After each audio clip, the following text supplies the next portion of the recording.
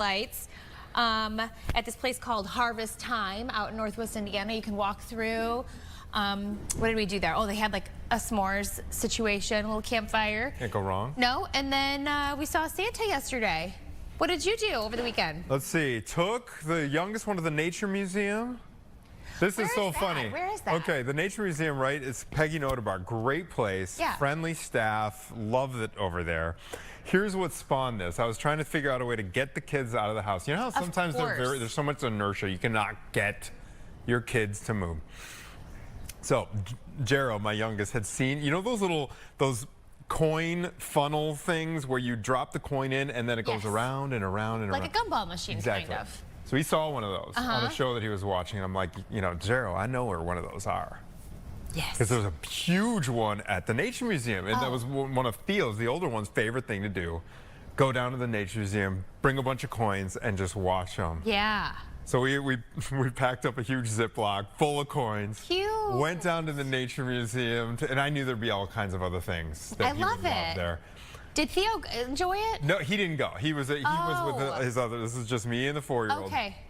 So we get to the Nature Museum. Unfortunately, they removed that particular feature. No. So that was the bad part. The good part was there was so much other fun stuff for him to do that he just leaned into all one-on-one. Okay, the reason I ask you about Theo is because Birdie, our 6-year-old, it's like we've crossed a line, and it's so sad. Like, we went to these lights that we've done every year since Birdie was a baby.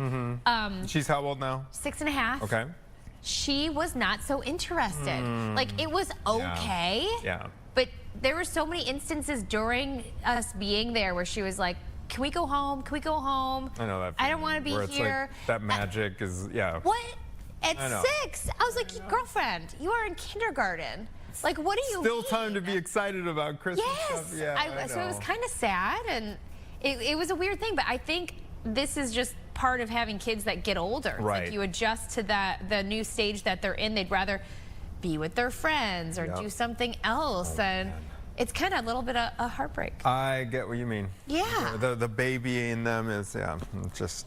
Yeah. But I hope that you at home got in your last-minute Christmas activities, and hopefully, if not, you've got the week off, and you can go do whatever you want. I think still we have to do the ice skating. That's on the list of to-dos. Oh, yeah. And then we've got some wrapping and stuff to do. What about you? Are you all set? We are going to be speaking about an ice skating option. Rosemont. Okay, they have got like I mean, it's a full out like town square. I had never even been there before. I'd never been to the fashion outlets. I met some friends there on Friday night, so we're going to be speaking with the folks out in Rosemont about their festive ice rink. And you know how you can check that out. It's actually really convenient to folks who live right along that corridor there, I-294, right out near O'Hare. It's really cool. You don't have to come all the way down here to Millennium Park. That's fantastic. It's really and then great. Also we teased before, I don't know if you heard, but we're going to be talking to a TikToker, an Instagrammer, who is a mom. She's a teacher, and she makes very intricate, interesting decisions for her lunch. her lunch I'm curious about this. Meals. I'm also curious how you have become such an instant fan, because like you knew who this person was before we when I tell you, okay, I don't even know how I ran across her page, but it was on Friday, and I saw her, and there's something about her. I saw somebody comment that she's like an adult Miss Rachel. You know Miss Rachel. Oh, yeah, Miss Rachel. She's like an adult version of Miss Rachel, like for adults. But she's just so pleasant to watch and listen to, and her recipes, they are interesting. One of them is this big thing now, I guess, putting cheese inside potatoes and then just eating it. Like, you make a little hole, you stick a piece of cheese in the middle, and then you'd kind of just bite it off, and it's supposed to be delicious, but that was one thing that she... I have a lot of questions. Is the potato baked? Yes. Okay, so it's like melted. A baked potato, stick a chunk of cheese in the middle, and then just go to town. Okay. Talk about filling and easy. Yeah. Well, I want visuals before I commit to the idea. Yes, of course. Okay. All right. We got some fun trenders to talk about. First of all, I don't know if you didn't stay up late and watch the game, did you, on Saturday night? I was snoozing it. You were snoozing. Yeah. Oh my gosh. I'm not going to say that it was the best game I've ever watched, but it was right. I understand that it went late because I was texting my husband, who was at his friend's house, and I'm like, are you coming home yet? What is going on? You need to check on the girls. I'm with the baby. And he's like, it's probably going to be another hour and a half. I'm like, excuse me? It was, I guess, a nail biter, so eh? Great. It was just so great. It had all the elements. It just had all the elements. Tell me more. Well, there's just, here's the thing, and we'll touch on this when we get to these trending stories, but I genuinely feel that there is genuine bad blood between these teams now again, because the Packers have just been, for decades, most of my lifetime, they've been dominating the Bears. And when a rivalry is as one-sided as it has been over the years, it's hard to maintain that fight. But there were a couple things during the game. There was a late hit on DJ Moore that I am still a little bit mad about. But DJ Moore got him back at the end because he caught the game-winning touchdown. Okay. It was an amazing catch, and he was being tackled at the time. Yeah. Then there was kind of an icy handshake between the two coaches afterwards. So it's just Bears-Packers is back. Yeah. It's back. Back, baby. Yeah, exactly. And I love just a good to get rivalry. This one, yes. And to win it, yes. There was an incident. You know what really, I remember this vividly. I was a child, but we were watching it might have been in 1986. I don't know if it was their famous 85 team, but there was a late hit on Jim McMahon one time where one of the Packers defensive linemen this is well after the whistle, picked him up, and my memory as a kid was just body slammed him. And I was so angry for McMahon. It was that late hit, you know what I mean? So it stirred up those old... I love it. Yeah. Oh my gosh. Yeah. So Feels good. The rivalry's back. Feels really good. Congrats to the Bears. They're going to the playoffs after the Steelers beat the Lions last night. Did you see the cheese grater hats? Do we have visuals of this, guys? Cheese grater hat. I got to see this. Don, you got to see this. Look at Caleb Williams, baby. Yes. Oh, yes. Oh, that's fantastic. Yeah. The cheese grater hat. Was this after the game? This was, it looks like it's I think it was some kind of food giveaway here. Food giveaway. Okay, because he's got... Buying meals for local residents. And he, I don't know how he procured that particular hat. He probably made But it was quick work. And I like it. I have not seen that. Because I think, you've seen the Green Bay fans with those cheesehead hats, right? Yeah. Okay, so this is a nice little, I think this is a nice little answer, right? This was posted by Eddie Barstool, so I'm wondering if he has the deets about where he got it. I love it. It's hilarious. Yeah, I dig that. That's and then, great. Go Bears. Here's another cool thing. All right, so it was a Saturday night game. I don't think kickoff happened until 7:20. Yeah. But a lot of weddings unfold on Saturday nights, everybody. And so what do you do when a game that crucial happens? You don't want to have your cell phone out. No. All right, so we want to show you one TikTok user who found just the solution. All right, so here's the wedding. This must be the reception afterwards. I can't read the text here, but... Yeah. Okay, so it looks like this TikTok user at Jor6359 posted this video from her cousin's wedding, which just so happened to fall Saturday night, as Anthony just mentioned. The wedding happened here in Chicago, so it was a room full of Bears fans. People gathered around the screen watching anxiously, and when they won, the room went wild. So they had a pretty big TV. It was such a big game, everyone wanted to watch. And I gotta say, that wife is... a trooper? Yes. Because I'll tell you one thing, that wouldn't be on at my wedding. It wouldn't. No way. This is so funny, but it's true. When I mentioned how we were at the lights on Saturday, I heard a dad say, let's hurry this up. We got the game at 7. Oh my gosh. So I think it was on everyone's mind to get to this game. And I could imagine that there was a text thread going hey man, listen, I might have to leave your wedding early because the Bears are playing. This is great. So they obviously got the monitors going. And I will say, I don't think it was till well after 10 o'clock that those moments. Okay. So I'm guessing that the wedding down. was or kind of during the reception. So hopefully it was kind of a win-win. Yeah. How would you feel? Would you do that at your wedding? Sure. Really? Really? I mean, I would try, if there was something that big, and I think Bears-Packers qualifies, I would allow it. But it would be a joint decision. I don't know if Maggie would. You think? It depends on the time, because if it was like during the ceremony and everything was choreographed to happen at a certain time, and it was during, then maybe not. But given the timing of this, I think it worked. Bless their heart. So Caitlin, even if the game wasn't till later, Anthony. No. Absolutely not. Your wedding night? Do you know how expensive weddings are these days, Anthony? Fair point. And you're paying for all of your loved ones to get together and spend quality time, and then they're gonna have the football game on? What? It's not like you're just going out to a dinner or something. This is your wedding. Hey, listen, but maybe, it can be a 1 + 1 = 3 situation. 1 + 1 = 3. Maybe she's a huge Bears fan. Yeah. Well, Because you know what? Yeah. Some women really like football too. Yeah, that's right. So maybe it was her idea. Maybe she's like, listen, hubby, and he's like, yes, jackpot. There's on a related note here, there's this love me trend happening across social media. People are I mean, it's a very melodramatic. Sure.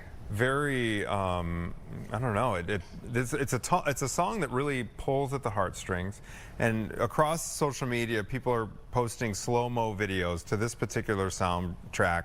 So you got to leave it to Bears fans and the Bears to get in on this trend. Check it out here. Love me, love me, love me, love me, oh baby, love me, love me, love me, love me, love me, yeah, yeah, yeah, yeah, yeah, love me. Okay, what I noticed from this is after the game. Those guys must be in killer shape because none of them look exhausted. They look like they haven't even started yet. But I love that video. That's so cute. And I wonder what they're actually playing. Is that a boombox that he has? Yeah. That's old school. Yeah, I like it. That's so fun. What were they actually listening to? I wonder. Celebration. It sounds like it was on that particular song, but I don't know. I want to see some of the other people who have gotten in on this trend. But hey, everybody has, and I mean, I think this is so well deserved, but the praise that is being heaped upon Ben Johnson, just the hope, the level of hope and the enthusiasm that he has brought to the city. I mean, this guy, he's like already. He's beloved. Yeah, he's already beloved for good reason. People getting tattoos of things that he says. Good, better, best. Yeah. Good, better, best. Oh, that's darling. We'll have to make one of those. Love me. I know. With ChicagoNOW. With ChicagoNOW. I think we have one more trender to show, which is the bird lady. Oh, yeah. The bird lady, Antho. Okay, so this is perfect timing because Home Alone, of course, the movie. And, you know, watch this video closely and you might see some resemblance here. So this woman has this bright green net, and I just saw this video as well on socials. Now she's looking at these pigeons. Look at her hand. She caught one. This is after she caught it. She has the pigeon in her hand right there.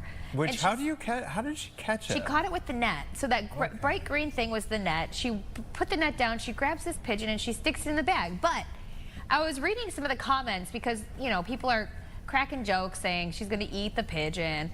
But it turns out that she, well, according to the comments that I read, now I don't know if they are reliable, but see how she's pinpointing which one she wants to catch. I guess it might be an injured bird, and she's a well-known bird catcher in Chicago. So she was going to save this pigeon, and putting it in a paper sack like that is what you're supposed to do when you're catching a bird. So you catch the bird probably to protect it, but I'm assuming that there was something wrong with this pigeon. Yeah. And so she was grabbing it for that reason, but you can't help but draw the comparison. Oh, for sure. That's the first thing lady. when I saw this over the weekend. The first thing I thought of was that's Home Alone 2, right? Is it, or is it the first one? I think it's the original. It's the original one with the bird lady. That's right. And the ornament and all the things. But no, and I was wondering too, I hadn't had an opportunity to look it up, but like those bright colored nets, because I've seen them here too, even at our building. There's people that will walk around with nets looking for birds that have hit buildings. Yeah. So I'm sure that she's just a bird lover, and she's gonna rehab this pigeon, which is so sweet. That is. And speaking of, you know, I mentioned we had kind of a spontaneous trip to the Nature Museum Yeah. over the weekend. And the thing that drew Jero's attention the most was on the upper floor, there was a taxidermist working on on basically stuffing a woodpecker that had crashed into the window of the Nature Museum. It was an absolutely beautiful bird, but this volunteer was there doing the whole thing, and you could see it. you could they have it right there for you, and Oh. the glass, and then you can talk to him the whole time. So this volunteer was meticulously you saw the process, you know what I mean? And this is, you know, so we were talking about bird strikes and everything. This was a beautiful, like, yellow and black woodpecker. And she was saying how there are parts of the Nature Museum where they put these stickers all over the window, you know, to make them a little bit more visible. But there was one day, I guess, I think it was last summer, but McCormick Place East, you know that big black building with all the windows? Yeah. I think something like 150 birds, No way. migrating birds, hit that building in a single day. And it's very visible. It's very, yeah, it's a visible building, but I think when they leave the lights on, the birds are attracted to the light. Looks like they can fly right through And it. it looks like they can fly right through. That's Exactly. And we're heartbreaking. essentially, we are on a superhighway. Yep. A north-south superhighway here. For migration. And yeah, everyone uses the lake, and I have a fun story about birds. So- Over the weekend, which if you guys have followed for a few years now, I have a birdhouse in my backyard. I've got two, yeah, that have cameras. And the first year I had it, 2 years ago, we had bluebirds, and they had babies, and it was super successful. And then last summer, remember, the bluebirds and the sparrows got into a fight. the sparrows won that one. Sparrows won that one.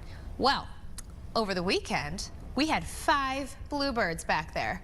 And at one time, Over the 3 weekend? bluebirds were in that birdhouse. 3 of them at one time, and they were building a nest, which is very And this interesting. is over the weekend?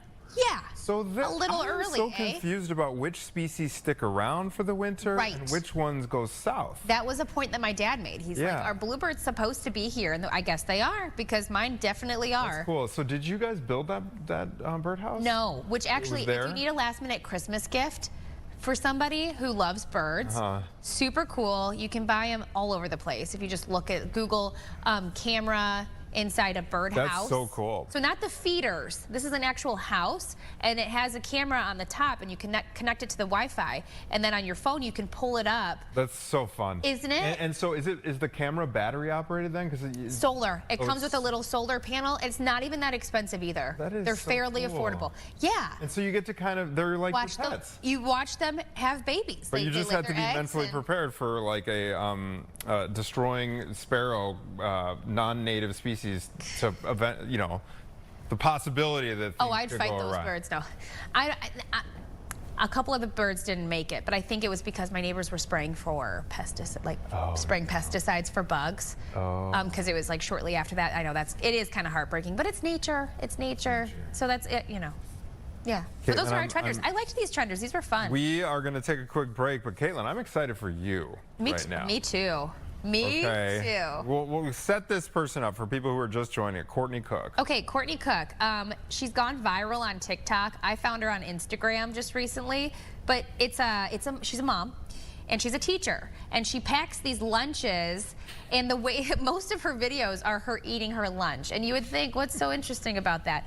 The things she makes for her lunch are what's interesting about that, including the baked potato with the cheese in the middle. And I'm wondering, See this. this is like a trending thing now, and I'm wondering if she's the one that came up with it. She may be the one that came up with it, because I think it is becoming a sensation on social media right now. So we're gonna find out if Courtney Cook was the one that came up with the baked potato and the cheese. I just want to hear about her life. I do too. Onions and eggs and jalapenos and all the goodies. We'll be back with Courtney right after this, everybody. When you wash with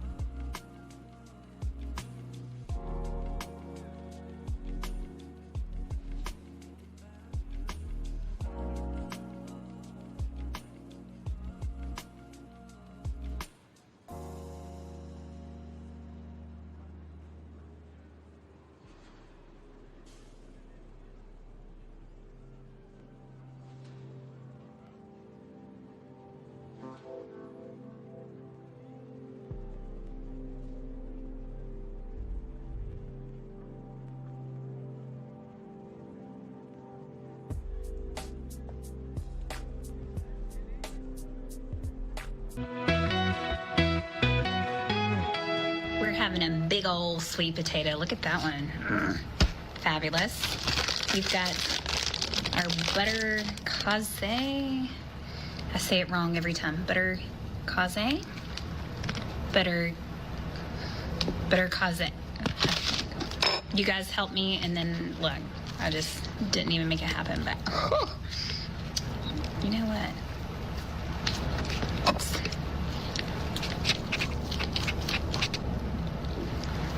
Oh, it's in there. Yes. Yes, Courtney. Yes. All right. So this is Courtney Cook. She's gone viral on TikTok, on Instagram for her interesting food choices as she packs her lunch as a teacher. And so we are going to get to the bottom of this and how she has gone viral. Good morning, Courtney. Yes. Good morning. Courtney, oh my goodness. Okay, so literally, I don't know if you've She's been listening. starstruck, by the way.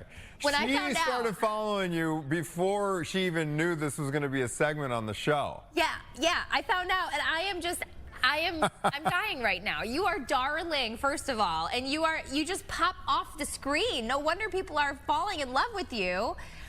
First, Courtney, can you just tell us where you're coming from right now, where you're talking to us from?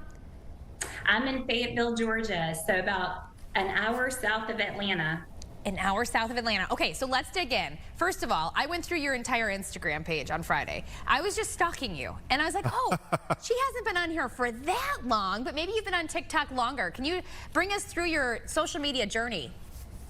Yeah, well, you know what? I have not been on TikTok long, and certainly not Instagram long. I started my TikTok in May of this year, so 2025. So it's been about 7 months of this wild ride, and it's been a lot of fun.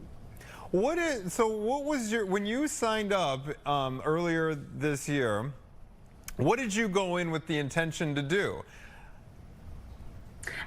You know what? I don't even know if I had a plan. I just thought, you know what, Courtney, you're 36. Let's just do what I want to do. So that's kind of, I think it took me the mid-30s to hit that, to realize, like, this is what I want to do. So I just signed up, and I was like, well, I'm just going to share my love of food. And it started with that, and then that kind of evolved to my love of British food, because I teach British literature, and then sharing my teacher lunches. And it's just kind of lighthearted and fun. And I decided, you know what, I'm just going to share. And that was kind of the thought behind it. Okay, so is this high school that you teach? Mm-hmm. Okay. I teach 9th and 12th grade. Darling. Okay, and then you've got kiddos. I watched a video that you made, and it was you dishing out your Chinese food for your kids. And I think there was like 4 different versions. You're like, okay, so-and-so likes this. He doesn't want this. He's going to like some of this. So what has the reaction been from people? Because I'm a mom too, and just watching that video, I'm like, you are so relatable. That's what I take away, is I just love watching you because it's relatable. What have other people said to you and reached out on social media? I've gotten so much positive feedback, and I feel like I don't deserve it. Some people have called me the Miss Rachel or Miss Rachel for adults. Some people have called me the People's Princess. Some people have even called me like the Queen of Moms, and I'm like, oh my gosh, like, certainly not me. But it has been so much fun. I mean, I'm just kind of sharing my life. So we're not perfect. We order Chinese food. We eat, takeout food. We don't eat perfectly. We do eat, nutritious foods. And I'm just kind of sharing what we like. I'm a mom of 4. Things are chaotic. My life is certainly not perfect. And I'm just sharing the imperfections as well, I feel like. I think that's why people relate to it. It's the imperfections that we can all say, hey, you know what? She's one of us. Yeah. Tell us, when did everything start kind of gaining traction? Was there kind of a specific post or a certain recipe where, it just started getting shared and you were like, okay, I think I might be onto something here? Really, it started with the British roast dinners. So that's kind of a series. It was a challenge that I'm about halfway through now, about 6 months in. And it's where I make like a traditional British roast dinner every Sunday for my family. So it's usually a roasted meat, some sort of like cauliflower cheese or broccoli cheese, the roast potatoes, the roasted veggies with the gravy, the Yorkshire puddings, which are kind of like a popover sort of. And it started with that. And then my teacher lunches really, I think, are what just went viral for me, and that's sweet potato. And I don't even know where that came from. I am, well, my coworkers would tell you that I'm like a raccoon when it comes to lunch. So I just kind of grab what I have and put it together. And that is how the sweet potato was born. I grabbed butter caze cheese at the grocery store. I had a sweet potato in my classroom, which is, I keep sweet potatoes in my drawer. Who doesn't? And Who doesn't? I put them together.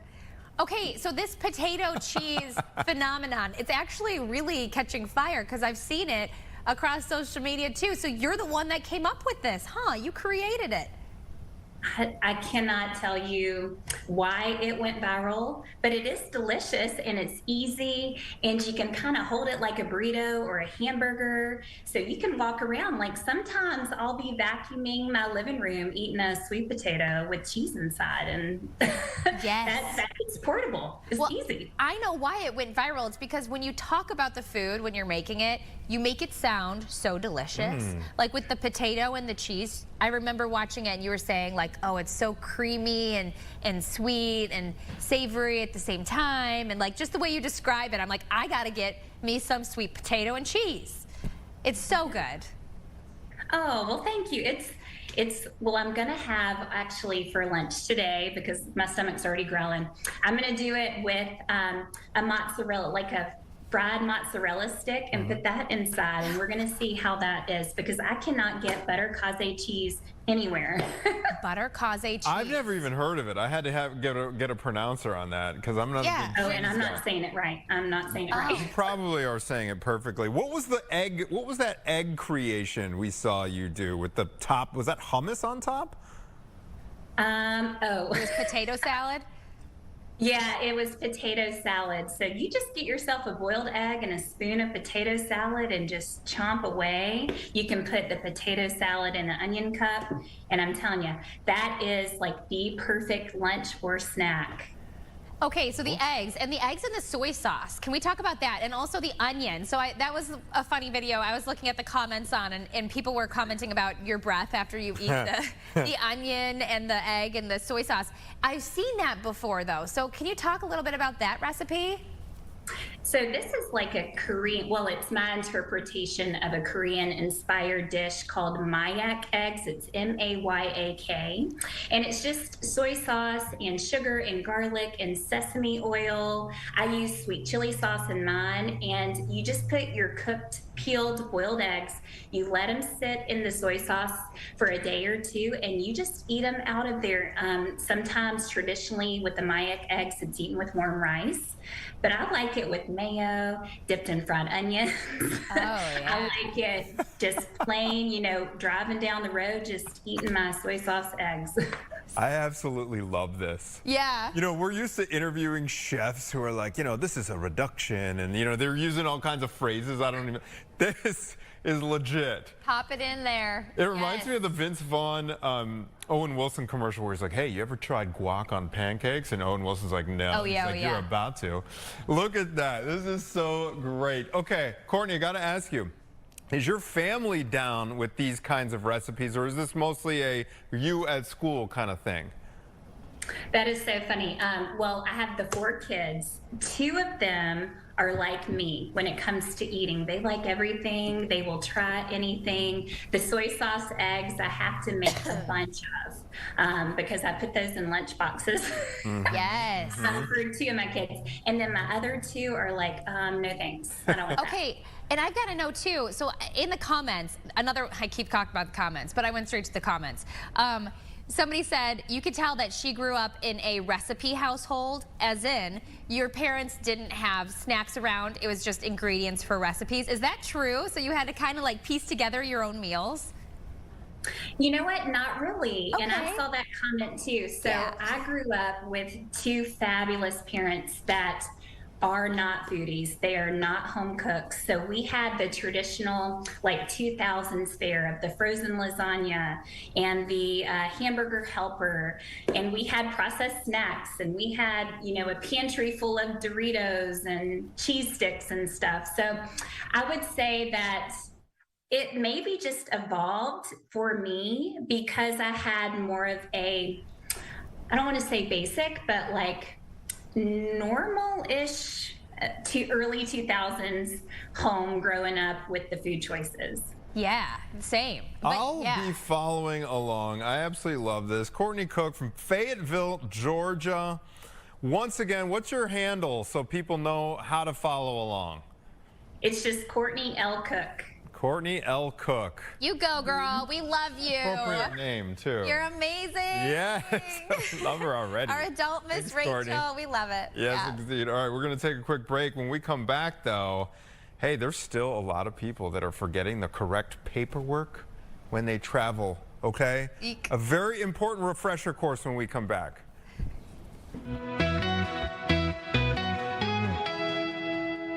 Are you ready to ring in 2026?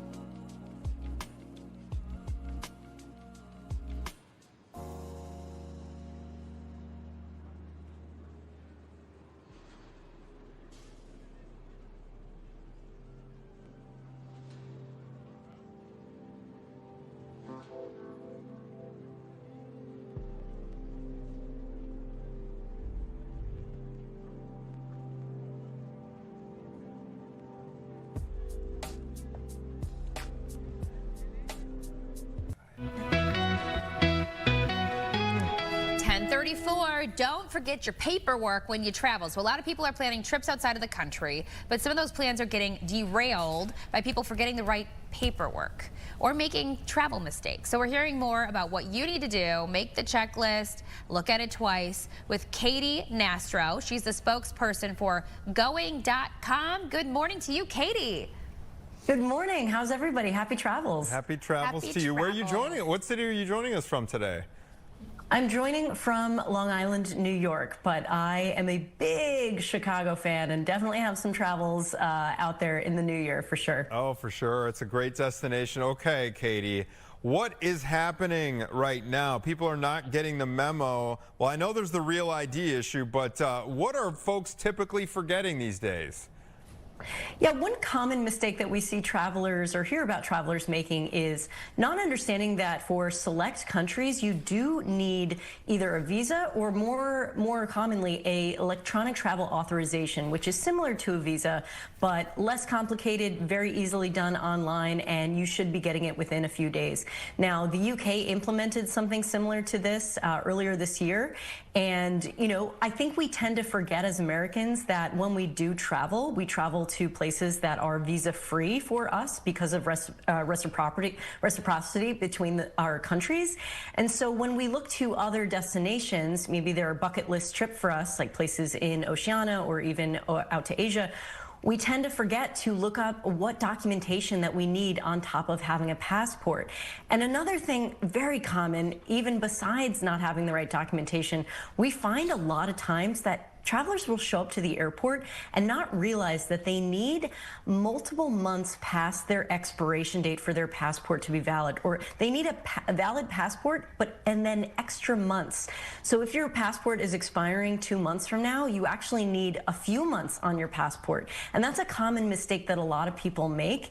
And sometimes they will not even be allowed to board a flight or let into that specific country because they don't have an extended amount of time before their passport expires. I have never heard, now I'm not a big traveler, but that you need a visa on top of a passport to travel. What is typically the process there if you're going to a country? I guess you mentioned the UK, but is that something that you go through our State Department, or is that actually reaching out overseas and getting this stuff lined up with the other country prior to your trip? Yeah, typically you're going to find that when you're making your booking online with the airline, there will be some sort of prompt that states, you do need, or look to see if you need proper documentation in addition to the ticket as well as your passport. But then the next step would be, if you're not getting those cues from your airline, is I always like to start with the State Department to see what exactly for that specific country, if any, you need proper documentation like a visa or electronic travel authorization. Now, for the UK, for example, it was a dedicated separate app that you can download on your phone or you can do online, and it was a very quick process that I was able to get the thumbs up that I'm able to travel within minutes. It estimates, you want to always give yourself more time than you think you need for these electronic travel authorizations, so you don't end up getting to the airport still not having that green light to be able to travel, and then not being able to end up boarding. So you really want to give yourself at least a week. For visas, those are going to take more time and do involve, they potentially involve going to your consulate to be able, or going to the consulate to be able to get that paperwork initiated. Okay, so I'm reading here using AI to plan your trip, why that could be a bad thing. I'm surprised that people are actually doing that, maybe to get some ideas, but how is AI guiding people wrong? Yeah, it's interesting. In our Going State of Travel for 2026, we're actually seeing a rise in people using AI to help them trip plan, not just sort of get inspiration, but also help them with the details. Now, a lot of people default to going to Google, and some of that is now generated by AI. You notice at the top, there's a generative explanation to your question or your prompt. And, sometimes AI is not perfect, so we always suggest to take it with a grain of salt and going to those, either your airline directly or the State Department directly or that consulate or country directly, to understand what exactly you need as a first point of contact. AI is good for a rough draft, but it's not going to be sort of the pen and paper signed agreement, so to speak. It's a good rough draft, but it's not the final paper. Is a good way to look at AI when you're using it to offer what is needed in the way of documentation. Yeah, that's proceed with caution on that. Make sure all the I's are dotted, T's are crossed. Hey, question for you. What happens when you actually arrive at some of these foreign countries? You don't have the visa that's necessary. Is there a process once you're on the ground, or are you just like, I don't know, asked to get back on that return flight? A lot of times you will not even be able to board if you don't have that proper documentation. Okay. But if for some reason you are, and you do land in a country that you don't have the necessary documentation for, you're in this sort of limbo. And oftentimes you're going to need to get back on that return flight. I actually sat next to a traveler that was going to Australia by way of Hawaii, or they were going to Australia by way of Hawaii, but they didn't have that, again, that passport, their passport was expiring in a few months. They actually were set to then get back on the flight, go to Hawaii, because that's the closest U.S. property or land to Australia. They didn't even step foot, they barely stepped foot in the country before they were then told that they had to get back out and get that resolved through the closest port of entry for the U.S. So you oftentimes, if you're able to even get to that country and land, you're going to have to get right back on a flight to home and get that sorted. One time, you guys, I went on a trip when I was in my 20s. I was in college to Germany. had a layover in Austria, and I got stopped on my way home because they didn't stamp my passport when I got into the country. So that's something else to triple check to get the stamp. And thank goodness I had my tickets still in my bag somehow, because I got pulled to the side by these police officers that were terrifying. And I was like, what do you mean? What's they're asking me all these really specific questions that thankfully I got right, and I got on the plane last second. But that's something else stressful. I didn't realize. Double check. Okay, so when should people be booking these tickets, getting their things in line for their trips? Should they give themselves a month time, 2 months? What do you think? The sooner the better is always going to be sort of your best case scenario, because if you do need more time, you know, if the State Department needs to get involved and more time to help your process, you just want to give yourself as much time as possible. And also, I think a lot of people aren't planning these bucket list destination trips a month out. I mean, I do. I'm in a category all of itself. But, you know, I'm very aware that, you know, certain documentation might be needed. But for the average traveler out there that maybe is taking 1 or 2 international trips per year, which again, according to our going state of travel is typical on average, you want to just give yourself at least, you know, from the moment that you book, you know your dates until the time you leave. You want to give yourself as much time as possible and start that process early, so you know you have those proper documents or documentation via email in hand. Great reminders. Katie Nastro from going.com. Katie, happy holidays. Safe travels to you. Happy holidays, everybody. Safe travels. Bye. All right, I can laugh at this in retrospect. Okay. Oh no, what Showed up happened? to the airport one time at O'Hare.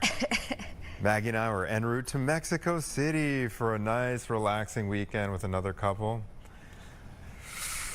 Busted out my passport. It had expired like a month before. And you know, they're 10 years. So it's like I didn't think to check my passport. So what'd you do? Called an audible. Went to Miami instead. Thankfully, the group I was traveling with, they were very understanding. They went to Miami with you So we all, instead? yeah, we were meeting them in Mexico. We all went to Miami instead. We had a fine enough time, but still. I just have to really credit my wife for staying calm during that. Oh. She stayed pretty calm. But like, that was all my fault. Well, I mean, it was an honest mistake. I bet a lot of people out there can relate, because that's just not something you think is going to bite you, because the deadlines, the time frame of your passport is so long. It's 10 years. Right. So like, you just don't think about it. Yeah, I don't even know when mine expires. Mine might be expired, actually.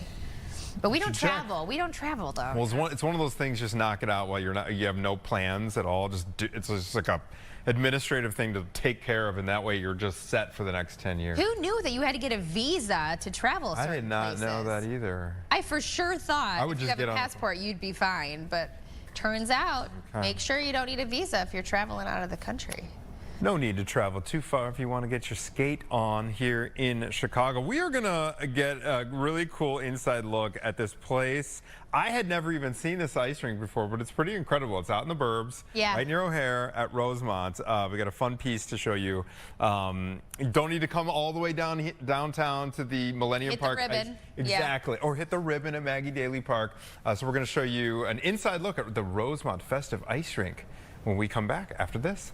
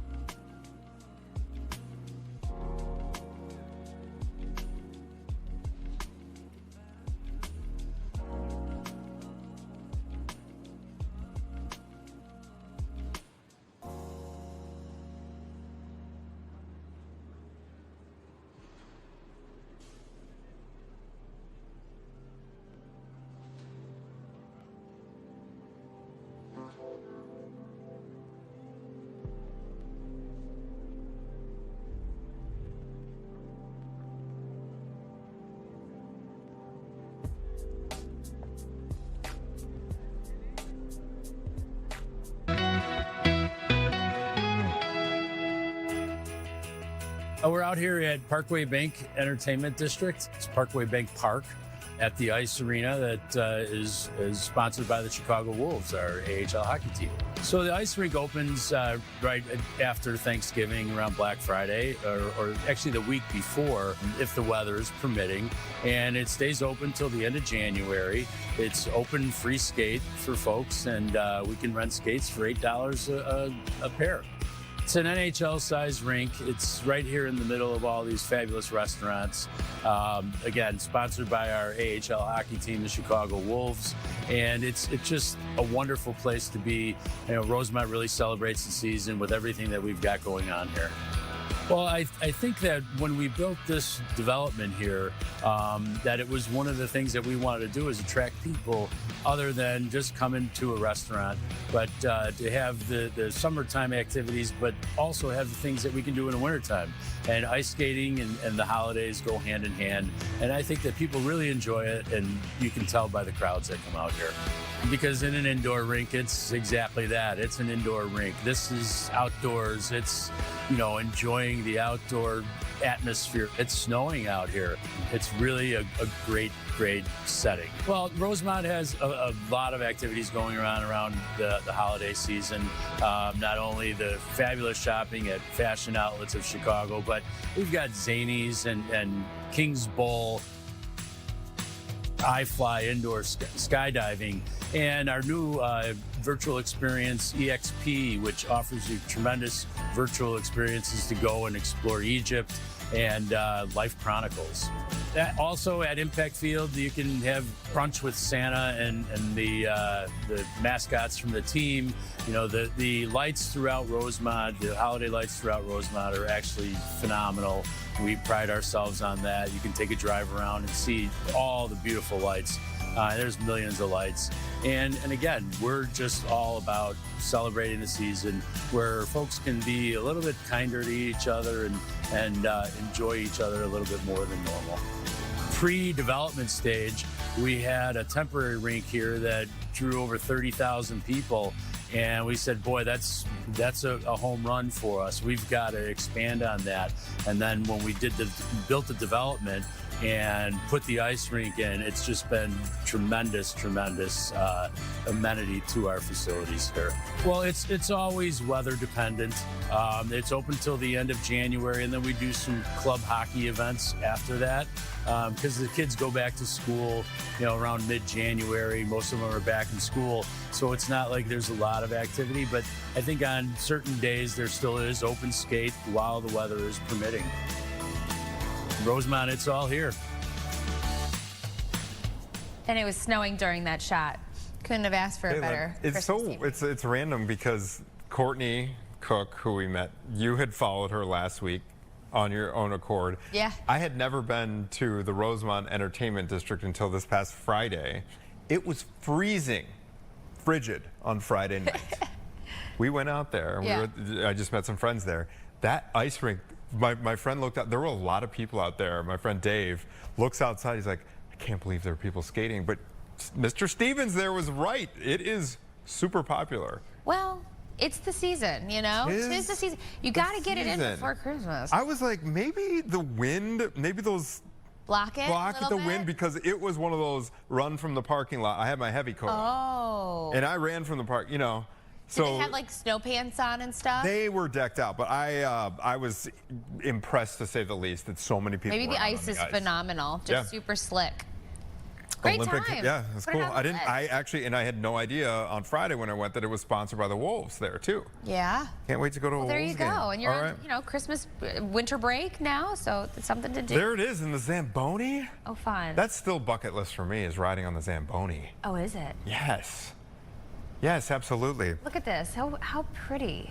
And you can get some food. Look, the piano bar's right there. You've been to this area, right? You've been to the little... Yeah. Did you try the skydiving, or what were you out there for? No, we didn't go there. We went to Disney on Ice last year. Oh, Disney on Ice. Okay. At Allstate. Yes. Which is right across the highway. Yeah, yeah. Caitlin, guess what? The boppin' place. What? You know my affinity for Taco Bell, right? Yes. I'm well on record. Anthony loves Taco Bell. Love Taco Bell. He and shed a tear. I have not tried the following item, though. Quesarito. Okay, this thing is back. Okay, apparently, like my beloved double-decker taco, this was a popular item that was just jettisoned from the menu. And then there was a huge backlash. Quesarito, by the way, it's described as a burrito wrapped, instead of just a standard tortilla, it's wrapped in a quesadilla. So you got some cheese, maybe 2 tortillas then. It kind of reminds me of, I mean, that's just like a decadent amount of product. It reminds me of something my wife did one time, and this was an accident, but she would actually get along with Courtney Cook. Okay, s'mores, right? Yeah. It's a Hershey bar. Yeah. It's a marshmallow. Okay. And it's graham crackers, right? Yes. We were out of graham crackers one time, but we had cinnamon Pop-Tarts. Okay. Ew. Wait, that's a lot. She put That's a the sandwich. s'more. At that point, that's a sandwich. That's a hearty meal. She put the s'mores in between the 2 cinnamon Pop-Tarts. Did you Can you eat it? imagine? That's gigantic as well. didn't touch Wait it. a second. But like, think about the amount of sugar that we're talking about here. Yeah. It kind of reminds me of when Pizza Hut came out with the baked cheese in the crust. Like, Yeah. I remember Anthony's Seinfeld had a bit like, how can we bake more cheese into the cheese and deliver it into the mouth? Wow. That's what the quesarito Yeah. sounds like to me. I'm not saying I wouldn't try That this just thing. got you so tickled. Wait, Oh was my it God, good just though? thinking The about Pop-Tart Maggie delicious? doing that. I can't imagine her eating that. Did she eat it? I think she had like a bite. Oh. All right. Oh boy. Okay. I am so okay. That's So a good anyway, people are posting their reaction videos now that I got to try the quesarito. I want to see a apparently. picture of it. We have a visual here. I'm assuming it just looks like a burrito, but like extra wide. Since it's like a burrito with some cheese and then another tortilla on top. Oh man. Yeah, that's good though. I mean, Yeah. Taco Bell, do they still have your double decker? They do. But, Is it still available? The Decades menu. I haven't been over there in a minute because Adina. Oh, it's gone. I'm told that it's gone. You know what? Again, I keep Taco Bell, and this is A special occasion. for self-preservation. I have to keep it at an arm's length, or else it'll just Yeah, you'll eat it So all I'm the like time. once a quarter. Okay. I'm like once okay. a quarter. And then yeah. you really enjoy it. Yeah, exactly. Exactly. I saw a commercial. You know what else is back is the McRib. Have you ever had that? Yes. That's a You know what? I delicacy. tried that one time, and I was so excited. I was so hyped for it, and I didn't. I mean, Same. I kind of was like, A lot of sauce, not that great. Yeah, and like too Kind of mushy. reminds me of like a frozen meal, you know? Yeah. Like a frozen meal slab Absolutely. of meat. It reminded me of something in in my cafeteria as a Yeah. kid, like my elementary school But cafeteria. they make it look good on those They commercials. really though. do. Yeah, there's They whole. sell it well. Yeah. Oh, There's here the it is. quesarito. Oh, look at how good that looks. There she is. How do you That feel does about it? look great. I wonder how they do that. I feel like we need some like taco sauce on that, or maybe Oh, some for sure. tomatoes. Break up all the denseness a little That's bit. that's a lot of. Yeah. I'd eat it. Oh, you know me. Yeah. Okay, here's another trender. We got a couple more minutes here, Caitlin. Yeah. Gen Z loves the movies. All right, this is Cinematic according to a new experience. report. Yeah, they want to actually go physically to the movies instead of just stream it. Which is surprising. I like this. Jake would be so. He'd be proud. Jake, you know what? I like that we get to work with him because he instills in us that there's nothing like actually seeing it in person on the big screen, surround sound. Get that popcorn. Get that popcorn and popcorn smell. You know what I mean? It's I just love the part movies. Of it. My husband and I used to go every Friday. Before we had kids, Yeah. we were just a married couple. Every single Friday, we would pick a movie and go to the theater. Now, you got to save up to go to the movies, though. It is expensive. But anyways, so Gen Zs, they're calling it an immersive experience. They're also fans of the unique concessions, unique concessions, pretty funny.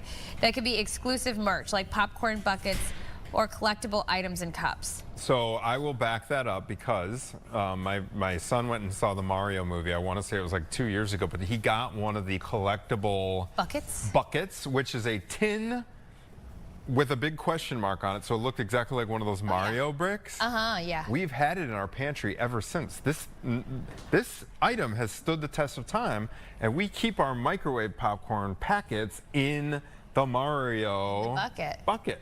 Okay. So I wouldn't be there for the doodads, but I do love the popcorn. Extra butter. doodads. A big Diet Coke. Ooh. Oh yeah. Yeah. I'm What a kind of sucker for a candy good are you nugget. going for? Are you doing the gummies Always or the Sour chocolate? Patch Kids. Always Ew, Sour Patch my Kids. husband is the same Yes, way. yes, Yuck. no doubt. Sour Patch Kids are not What do you good. what do you go with? We're out of time. But Chocolate, 100%. Raisinets, Just Raisinets. maybe. Raisinets. Ooh. No. Yo, you're getting thumbs down there. Well, I Gabby, don't how like about Sour Sour Patch Kids? Yes. Ew. Stamp of approval from Miss. Are Raisinets gross? Tia. Raisinets? Yeah. Gross. Oh, am I the only one? I mean, I don't think Do you they're like gross. Goobers better? Goobers? Junior Mints, perhaps? Junior Mints is Goobers. another big. My brother's a Junior Mints guy when he goes to the No. movies. What? No. No. Okay, we'll let this debate Jury's rage out. on during the break. We got another hour of Chicago Now coming up at 11. We'll be right back. Goobers.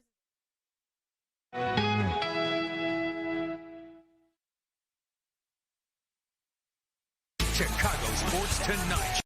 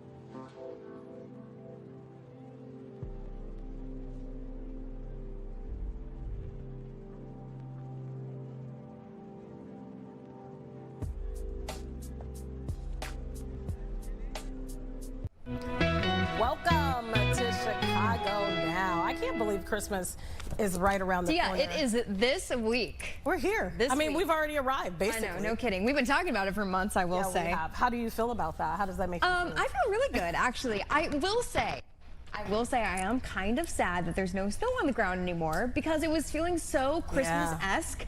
I can agree And with now that, you know, it's like pretty much like dirt and brown grass and stuff, it's just not feeling as Christmassy. But I am glad, I will say, actually, I am glad that people are not going to have any trouble with travel because we don't have any weather coming. So I guess there is good news amongst it all. So let's look at this real quick. And I'm curious, I got a big question for you. 2025, very interesting year. A lot of people always want to know around this time, what will 2026 bring, right? So we're going to have a tarot card reader on the show.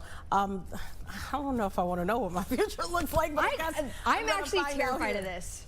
I'm not terrified. I think it's very interesting. I've had people to read my future before, and in fact, I had someone, shout out to Mr. Pastor Britt, who told me many years ago I was not looking to be a journalist. I wanted to be a sports agent. Okay. And he said, I I can see see you that. on TV one day, and I'm like, really, me? And here I am. So sometimes those, I'm not going to say sometimes, I think a lot of times these people are in tune with the higher powers and they know. And so I'm not scared of it. I'm more curious what will come out of this conversation. And I don't think I'm scared of it. It just makes me anxious. Like, okay, to know that someone like has an idea of what's in the future for me is a little scary. A little anxious. What would you say the best part of 2025 was for you? getting married, of course. That's what pretty much marked this year. Also, I just had so many blessings. This show starting, this has been so fun. It's been a great just time. so many things happening with our morning show too. We have such a great team, and I think we've curated such a great team here that it's all positivity. I don't know if you feel the same way. I would agree. To work every day. I would agree that coming to work. There's no hostileness. It's just so nice and warm and inviting. I will say. I like that. And I even told our GM that the other day. So I didn't even want brownie points. I just said, hey, look, it's a better environment. We have a really good environment. We do. I do agree with that. The show has been a blessing. Personally, just my family, everybody's blessed. Just seeing everyone continue to thrive. Happiness. And then Story just signed a modeling contract. Yes, she did. Yesterday. Was that yesterday? Yes, she did. Over the weekend. So I asked you off camera a couple weeks ago if you were going to get the pictures done. Have you gotten her? I have not gotten the pictures done. Okay, I'm so excited to see. She does take some pictures tomorrow. She has an audition tomorrow, so hopefully it goes well. But you know, I never thought I'd be in that space as a momager, so this is going to be really interesting. I mean, this is you honing in on what you want to do. I didn't know you wanted to be a sports agent. Yeah, I wanted to be a sports agent. Okay, well, when you want me to negotiate your contract? Totally. Oh, I know who I'm calling up. Oh, trust me. Trust me. It would be really good. I know you'd be good. Okay, so we're going to have that tarot card reader on the show. And at the end of the show, we're going to do a little gift wrapping. Listen, have you wrapped any gifts this year? Yes, I've wrapped. So I've wrapped a few. So I've gotten a little bit of practice, but it's been the basic ones, Tia. So I've brought a couple things. So I have wrapping. You better not have brought nothing crazy. I'm looking over here. And here's the thing. I hid it from you, so you can't see it right away. Okay. So we're gonna each wrap our presents that we brought for one another, right? Like just like. Wait, I was supposed to bring you a gift? No. Oh. Trust me, this is actually a gift for somebody else that I brought for you to just wrap because it's funny. Okay. And I don't want to scare you there. Okay, no, it's fine. And I brought something too. Okay, and then I just have empty boxes, and we're gonna do something blindfolded as well. Okay. This is gonna be fun. I have not wrapped a gift in the entire year. Okay, so well then perfect. Warm it up. I have a little bit of advantage. Yeah, you have a huge advantage. But I'm gonna give you something that you're not gonna see coming. So this is gonna be really fun. All right. But first, we're getting the latest details. This is a really big deal, especially for parents out there. Maybe this is something that you buy your kids. You know, I know the gift cards, you know, to keep re-upping on Roblox. My kids have asked for that in the past. But it's a platform meant for kids, but we have seen some dangerous stuff out there when it comes to Roblox that you need to be careful of. And some recent lawsuits filed against the Roblox Corporation for claims of failure to protect minors, because we know that this is marketed pretty much towards kids. So we're getting an update in the case with Stephen Vanderporten, attorney at Gold, Greco, and Hensley. I hope I pronounced that right. Thank you so much for joining us. Good morning. Thank you for having me. Okay, so, you know, we're hearing about these pretty much dozens of lawsuits, I think I heard. What can you tell us about them? And maybe, some of the details for people at home, because ears always perk up knowing how popular this game is. Certainly. So in August of this year, I appeared alongside one of my partners, Mike Greco, on your program. And we were there to discuss a lawsuit that we had filed in Iowa on behalf of a 13-year-old girl who was introduced to and groomed by a predator using Roblox. And he eventually traveled to her home, kidnapped her, and kept her for 3 days before she was returned to her family.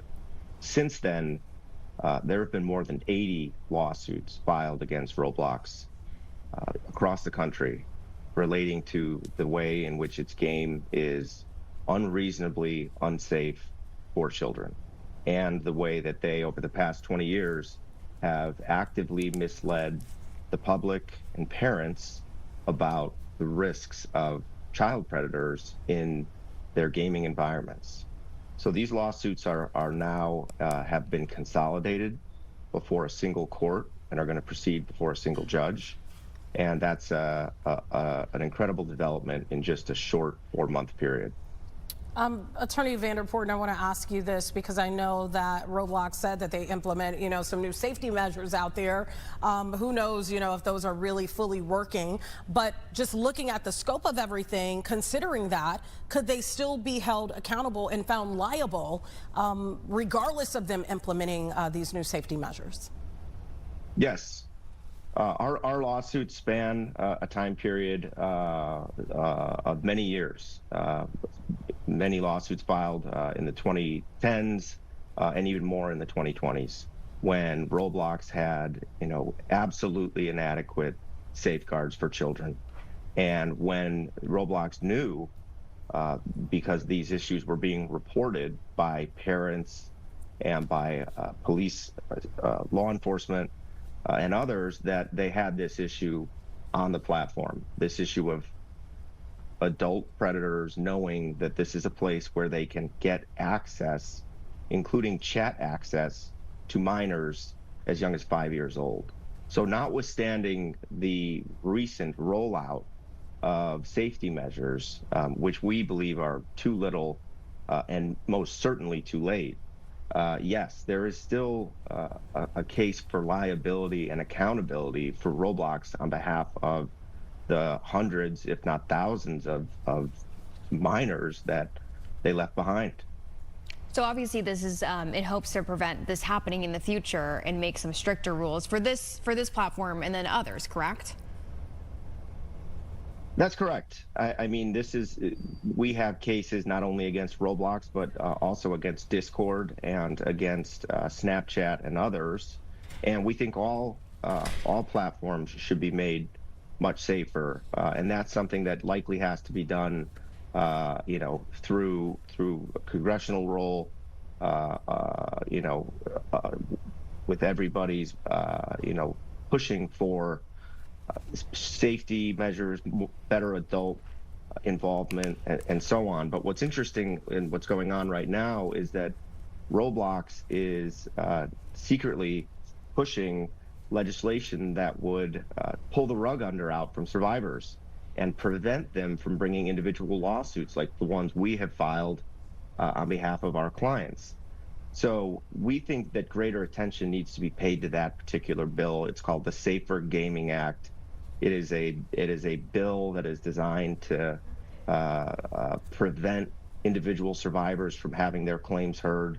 It also would prevent states' attorneys general, many of whom have brought suits against Roblox, from bringing claims against Roblox and other tech platforms.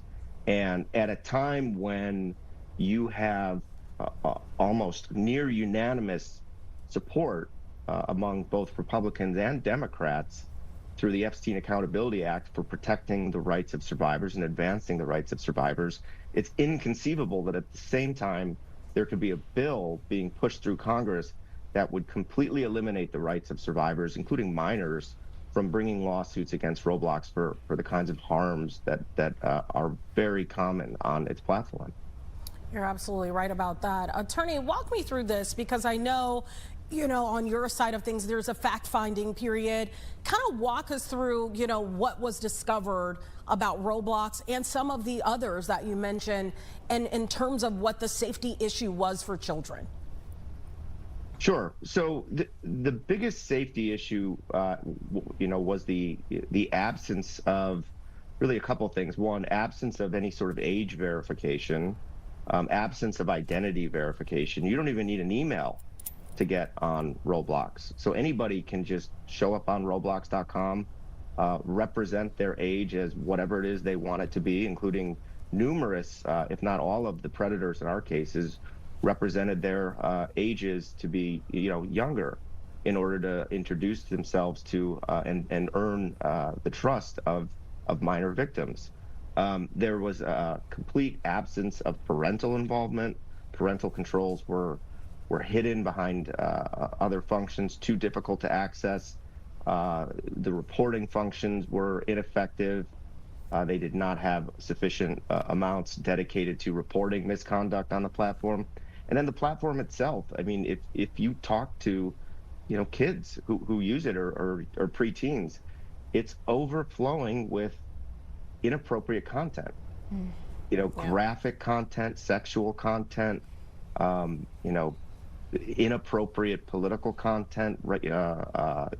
With Nazi related games and shooting themed games.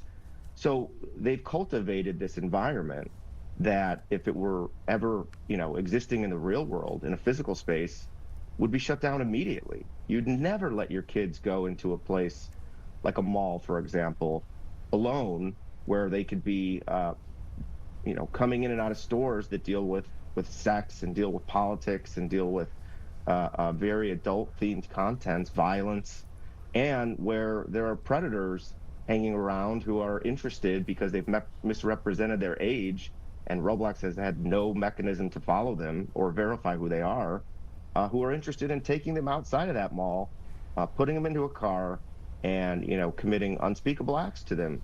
So it's just this would never fly in the real world, and it's been going on Roblox for 20 years without any accountability. Horrible, because it sounds so innocent, right? Maybe this is a good note for people to check their kids' I phone, say it all the time. Yeah. PlayStation, Xbox, you name it, because this stuff happens and it's scary.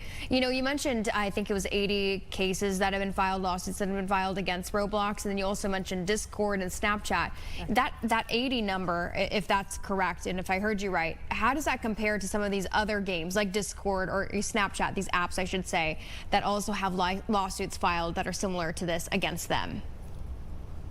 Yes, so to be clear, the 80 lawsuits all contend that Roblox was, the primary vehicle or the entry point for the grooming. And Discord and Snapchat are named in fewer cases. But one of the trends that we've seen is that with respect to Discord specifically, is that Roblox allows its users to embed their Discord account, and Discord has, even worse identity, age verification, and monitoring commitments and tech capabilities than Roblox does. So it's a pathway that predators are aware of. They know that they will find the kids on Roblox, and once they earn their trust and can convince them to move to another platform, they often move them to Discord, where you can share audio and video. And we've had clients who were unwittingly coerced into sending sexually explicit content through, what we think are child sexual abuse trafficking rings. So this is extremely serious stuff. And I think, to your point about, well, it looks so innocent, that is intentional. It is an intentional decision by Roblox to consistently promote this game as innocent, as safe, as educational. And not once have they disclosed that they have this problem. And the reason is obvious. If your kids were on the platform, would you want to take that risk? Even if it was extremely small, is that a risk that you would want to take for your kids? The answer is no. And so they've withheld it from the public. I want to ask you before we let you go, because time is running out here. I know sometimes in these investigations, lawsuits, et cetera, you have it where these platforms, they do not want to participate, help, the investigation. So I'm just curious, because parents need to know that in case your kid does find themselves in this situation. When you went to Roblox to try to make sure that, things were figured out here, were they forthcoming? Did they give you the information that you're looking for, or has it been a situation where legally you've been stonewalled by them? Well, I can relay the experiences of our clients, which are that there was, automatic, unhelpful responses that went nowhere. There is not a sufficient interest or sufficient resources on the part of Roblox in responding to these reports. And in fact, they make self-reports to the National Center of Missing and Exploited Children, and the number of their reports, given their size, just vastly under is way under what Snapchat, Facebook, and others are doing. So they've not committed, and they've not in practice committed to being a resource for parents and for minors who have these issues on the platform. Very scary for sure, especially this time of year when parents are considering, buying gift cards. I saw them all over for kids Target to the other play. day. And Yeah, they're absolutely. everywhere. Well, Attorney Vanderpoorten, we appreciate you coming on and talking about this really important issue. We hope you have a happy holiday and a safe holiday as well. Thank you so much. Happy holidays. Happy holidays to you.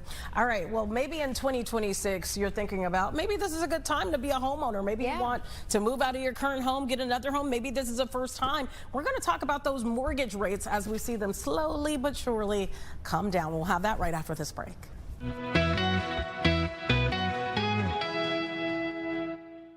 These are the moments.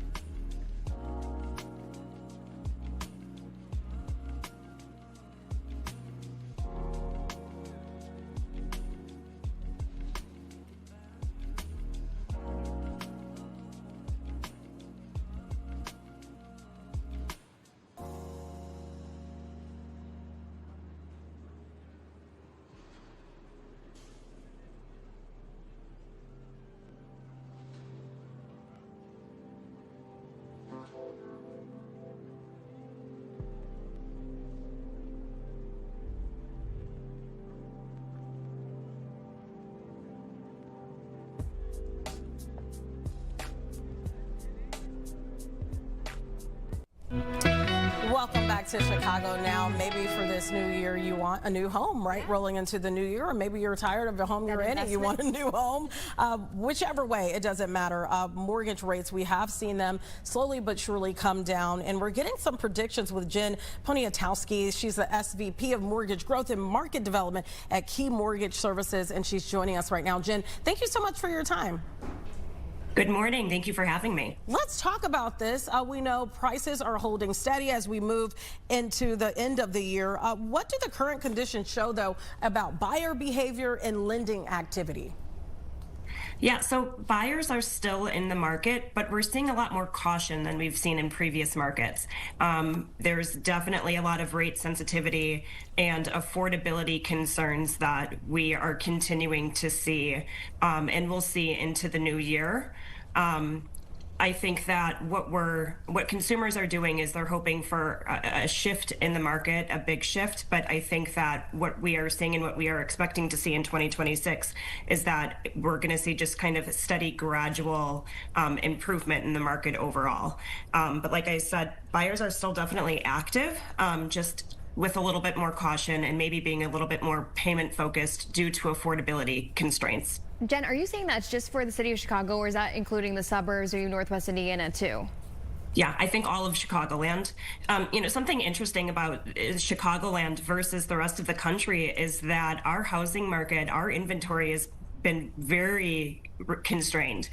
We've had very low inventory if you look at, versus the rest of the market across the U.S., which has made it a little bit more difficult for individuals to buy a home and maybe driving prices up a little bit further because there's less homes on the market. Jen, what do you think it is? Are people waiting for the interest rates to go down? Is that kind of what they're looking for? And then here's a follow-up question to that, because I was talking to someone the other day and I said, I remember when I had an interest rate on my home, my first home, I think it was like 3%. And someone said, we'll never get back there again. Do you believe that's true as well? I do believe that is true. I also have a loan that's at 3%. And so what that's doing is those individuals that have purchased those homes with those low interest rates, they're staying put. It's a lot more expensive to buy a home at, a 7% interest rate versus selling your home that you have a 3% interest rate on. However, those pre-2020 interest rates, I think, were a blip in the market, again, surrounding COVID. And I think that seeing rates in the low sixes, maybe even peaking down into the fives, is more realistic, and it's still a very good interest rate. Yeah, no kidding. Well, let's talk about how the Federal Reserve, currently is kind of changing, influencing mortgage rates for people. Do we see much happening in the last couple of months with this? So the Federal Reserve definitely influences the market, but it's not going to make a dramatic shift to the interest rates. So interest rates are tied to the 10-year Treasury.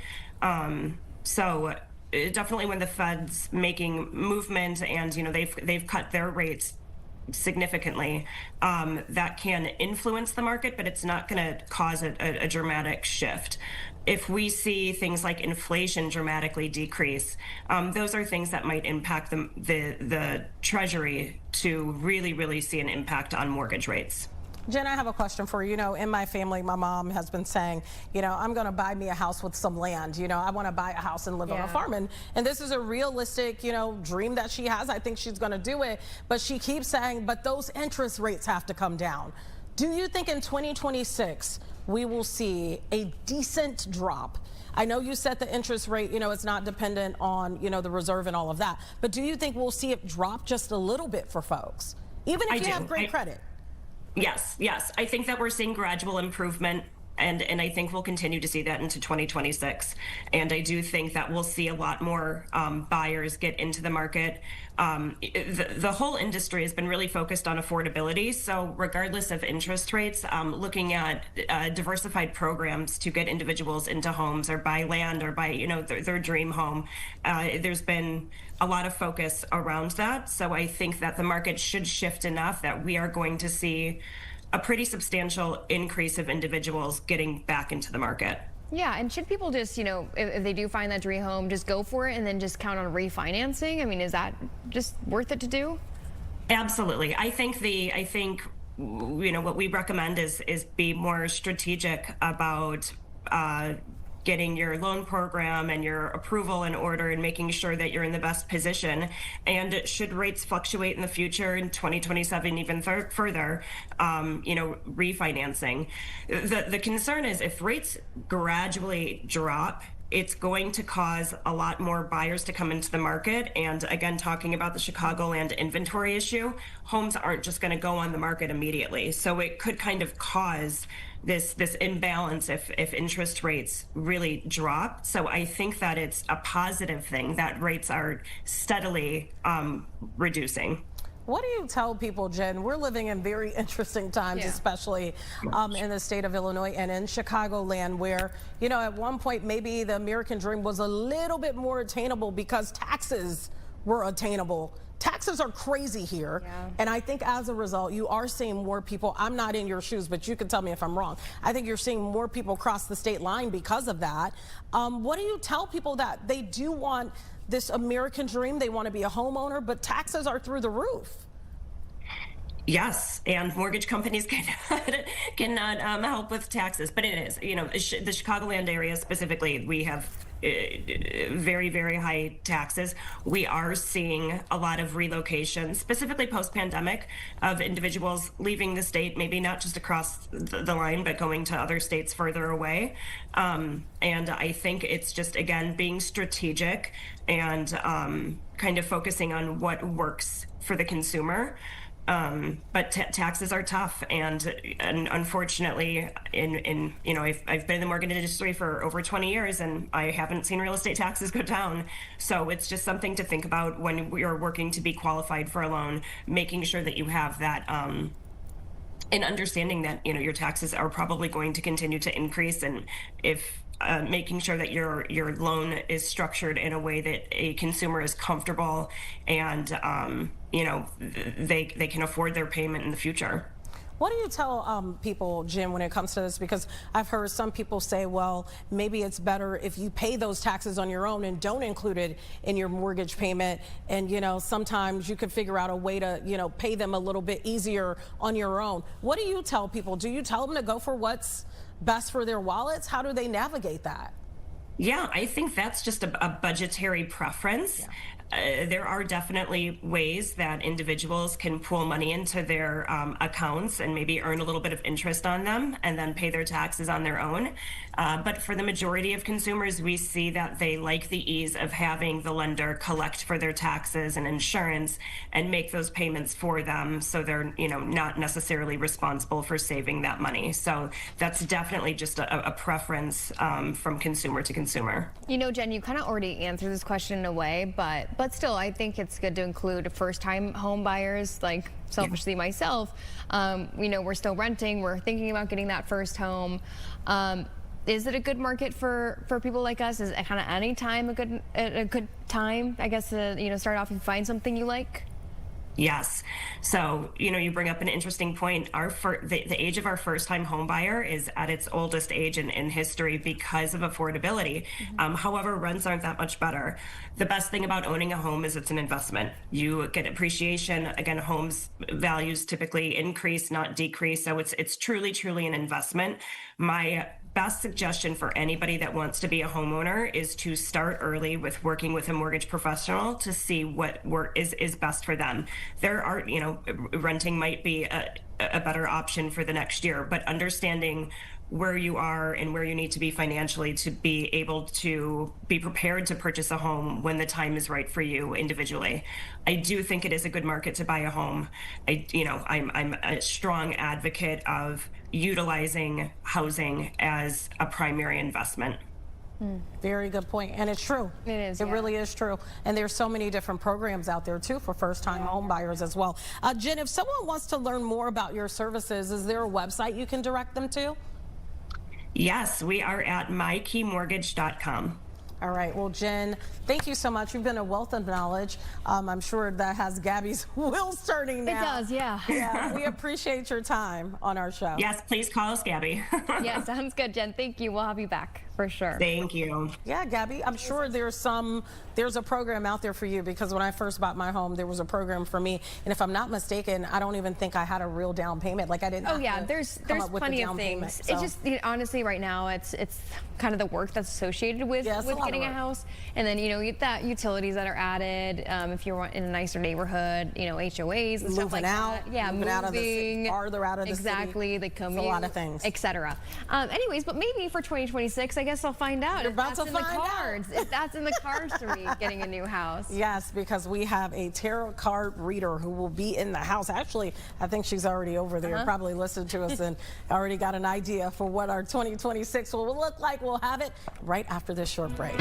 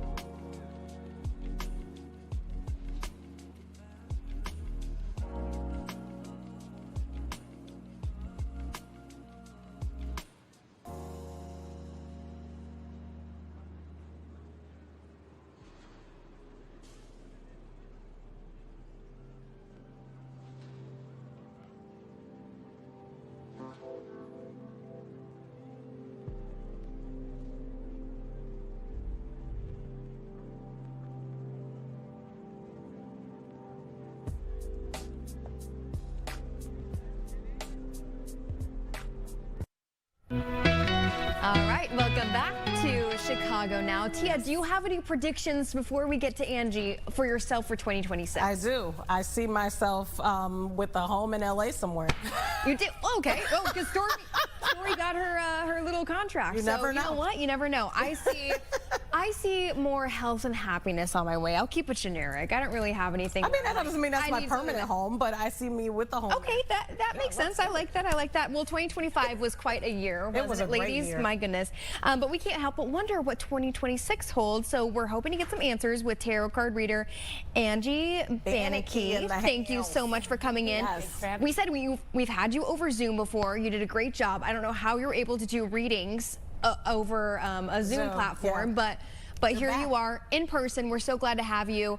How was 2025 for people in the spiritual world? Was it good? Was it plentiful? Exhausting, probably. It was a lot of shedding. If you remember, it was the year of the snake. So Yes. a lot of shedding. And I think a lot of people, especially right now, we're in that final shedding. So I'm noticing people are feeling it almost to the extreme because we're about to get into the year of the horse. Next year is like, Galloping. go after it. Yes, Yeah. we're going after it. It's ambitious. It is a lot of energy. And the snake, it's almost like the very end, that final shedding. That's a little bit. So if you notice things that feel a little uncomfortable and almost like you're like, Get this over get with. this, Get this get- off. almost like there's like a holding on and you're just like Let kicking it go off. of Like, me. Yeah. let That's go how of I me. feel. I want to go. I'm ready to almost to go. go. But the part of you that wants to go can't go yet. Andy, does that kick in though right away? Like once January 1st kicks in, is it kind of the year of the horse? Things start rolling. It's technically Different the for year the people. horse starts. I don't know the exact date. I want to say it's like late January, Okay. early February. But even in astrology, it's March. So we are like, I would say this next month or two, you're still sort of in this in between. Okay. It's almost like the news starting to come and the letting go is happening at the same time. So you're like excited, but then like, oh, there's this thing still that I'm like processing or letting go. I mean, I also just have to say, when I walked into the studio and saw both of you on the screen, it just like hit. Am I right that you're both Leos? Yes. Oh, yeah, that's right. You are both Leo. Because I walked in and that flashed to me, and I was like, and I turned to my partner and I was like, they are gonna have, this is just a little for you personally, or for Leos out there, in June, I think it's June 30th, Jupiter comes into Leo for the year, and Jupiter brings abundance, good luck, more like, more flashy, like being seen for both of you. So you've got some like extra zhuzh for in June for a year. Let's get to it. I love it. I do. I mean, I love it too. I'm, you know, I'll take the good and the bad, but it feels like this year, like just looking at the totality of our world, it's been so heavy. You know, like when people ask me how was my year, I say personally it was great. But I mean, if I were to step back and not just think about myself, the news we covered. It's been so draining. But I also love that you're saying that, because I think that's where we're heading as a like, for humanity, that we all have to look at not just the personal, but how are we in support of those? Like part of the lesson, or what I keep feeling is like, not just, is to be able to be in that gratitude and be like, oh, look how much I've moved through. But there's chaos around, and so then how am I helping, or how am I having compassion for that, for others? Like, where am I looking at how lucky I am, and like, what can I do to support others, which you guys get to do every day. Yeah, very true. Yeah, we do in a way. Okay, so we're gonna get to these cards. Uh-oh. Do it. So what all, before we get to, what all do you practice? Is it just tarot card reading? I do the tarot is what unlocked me. Okay. And I sort of channel, just like when I walked in and felt it for you all. I wasn't even thinking about it. I just saw both your faces and I was like, Leos, and got that thing about Jupiter. You were Leo. I actually forgot in that moment, but that's right. We're both Leo. And so a little bit of astrology. I like to look at the numbers. So I'll ask your birthdays when I do it. And I really think, also I think spirituality is shifting in a way where instead of looking outside, it becomes what I was just saying to you, where it is just like not trying to figure out the advantage for yourself, but the advantage for the collective, which is also, I don't know, I've been playing with that in terms of how the messaging, like what I channel and what I share. I can't wait to hear what you say about our world, because that's what I'm worried about. Interesting, yeah. I am, seriously. Yeah. And it always comes back to, though, like, what can I do to help our, right? Because you're not wrong. I think you're not what you're feeling. It's not like we're going to be like, everything's rainbows and moonbeams, right? Yeah. But it's like, what can we do to help support what is to come? Yeah. What's happening. What to get ready for. So tarot cards opened up your world, and now it sounds like you know a lot about astrology, horoscopes, all that kind of stuff. A little bit of all of it. Okay, interesting. Let's get to, okay, who goes first? You go first, actually. Okay, let's go. Okay. Let's go, Angie. I'm down. Tell me your birthday. It's July 26th. July 26th. Oh, that's right. You're the day before my dad. Okay. Oh, yeah, I remember you saying that. Yeah. Coming back to me, because it's been a few months now. It's been a while, yeah. Okay, so July 20, get to it. July 26th. I don't know why I'm getting hot. I'm nervous. You can feel the energy. You can feel the energy. I am too. Okay, so July 26th. How do you decide what cards to pull? This is the Celtic Cross. Okay. And this just gives me sort of an imprint and then a message for where you're going. Okay. It's funny, you're coming out of, it's interesting, you're like, this is a great year. I'll tell you, next year really wants to feel even better. This year was like bringing you deeper into yourself and who you are, and really making you think about what's more important to you. And next year wants to help you to be like, let's plant some seeds and let's get you excited about what else might be possible for you and your purpose. Yes, I what like you're meant that. to be That's doing. True. So true. Oh, and partnership comes up for you first. Okay. Hey. Okay. Okay. Is this the current one or? We gotta ask. Okay. And your kids are your focus card. Okay, we've got, wow. Okay, and I love your last card. We talked about the clearing. I want to show you, if this card were like this, upright, I would say, oh, I have to warn you of something scary. When it's upside down, it's like, talk about the shedding. This is like, listen, this next few weeks, this next month, let yourself kind of be coming out of anything that's felt heavy or a little bit harder. Like, no, you're at this final clearing. Okay. It's funny, clearly what you do is sort of entrepreneurial, but it's funny how I get like, lean into where you can take even more risks, or like how you're thinking about who you are. You are. Yeah. She's all in that. I'm doing something. It. Yeah. Ooh, I love it. This is okay, good. it's coming through. It's true. But your first card I want to go back to is partnership, which to me is like leaning on the others. That can be your specific partner, but also even partners in where you're going with this entrepreneur, like how you're, let yourself get feedback from the others, trust in the other, where can you be in support of the other. Okay. The card behind you shows you've been working really hard, and that is, you can now take your foot off, like, which is interesting with the horse, but it's almost like I think you're going to be taken versus having to like keep doing it. Force. Like, yes. Pound it. It's funny. I don't know if this means anything to you, but it's like, let yourself grieve what you've been letting go of. That means something to me. Okay, that's part of your focus right now, is like, let yourself, oh, I can feel some of the emotion of that. Yeah. You're about The to things cry. are coming. Yeah. I can like feel the, oh, I like feel the emotion of that. So But it shows up in a beautiful, it shows up in a beautiful way. Like, it's important for you to feel through it. Your children are your focus. We're going into the holidays. Do you have kids? I have one biological child. Okay. Okay. So your child. So as I don't know if I said the number, but you're moving into your 7 year, and your 7 year is a lot of faith. This is what you need to know, and it reads like, your mind may not be clear on everything, but as long as you're in faith, you're really being guided. And this whole reading ends with how you are really being shown how you're meant to have more influence and like impact on others. Like, you are stepping into your power. Next year really wants to show you you are ready to make that impact and help guide others with your leadership. This is all perfect. I could see it, Tia. Well, I feel all of it.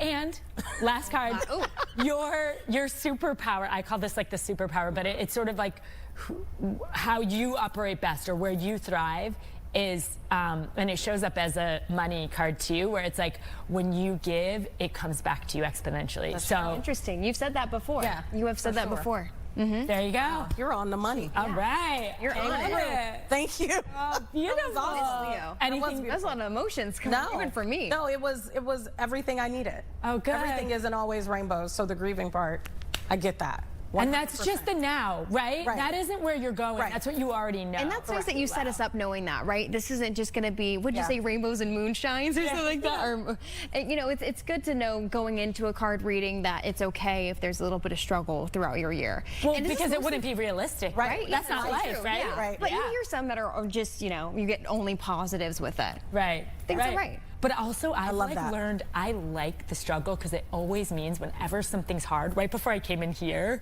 anyone who knows tarot, I was sitting out back and I said, "What do I need to know?" And I pulled the Tower, which is the scariest card. But I was like, you know what? I love it because that tells me like I'm doing something that's a little bit. See, I'm going. We don't know what's gonna happen Right? Yeah, live, exactly, and I'm reading, and I was like, the cards are showing me. Don't be afraid to go there. Like, go a little. To me, even me feeling the emotion of you, like that's me feeling deeply in a way that I haven't before. So it. You know us now. Yeah. Couple of greetings now. But sometimes the scary parts are the good parts. Yeah, that's very true. That's actually really true. Part of growth. All right, you're up next. Are we ready? I guess so. Now my heart just sunk again. You're in August, Leo, right? Mm-hmm. Okay, when's your birthday? August 8th. August 8th. Oh, that's right, 8/8. Mm-hmm. 8/8. And next year's your 8 year. Is okay.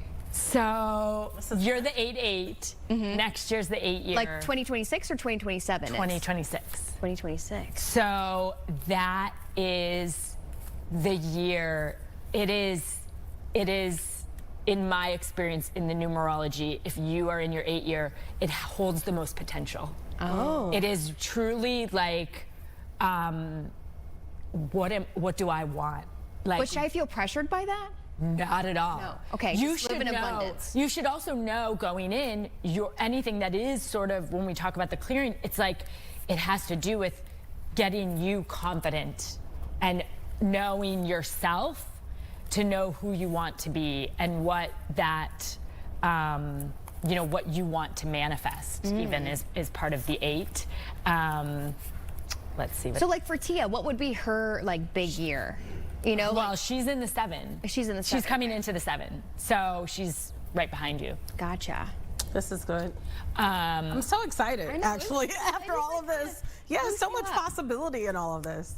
Oh, and this is, okay. There's the 8, by the way. Your second card is the 8 of Cups. And it reads, okay. So anything that's felt, the card behind you reads, you've been noticing I don't want to say what's worth it and not what's not, but almost like where you're like, I don't need to do that anymore because it's not helping anyone. Yeah. Your first card is, I'm guessing, a partner. It's someone very deeply important in your life. Are you in a relationship? Yeah. Okay, so the cards are like, this is your person. Like, Oh, good. We like the cards like this person.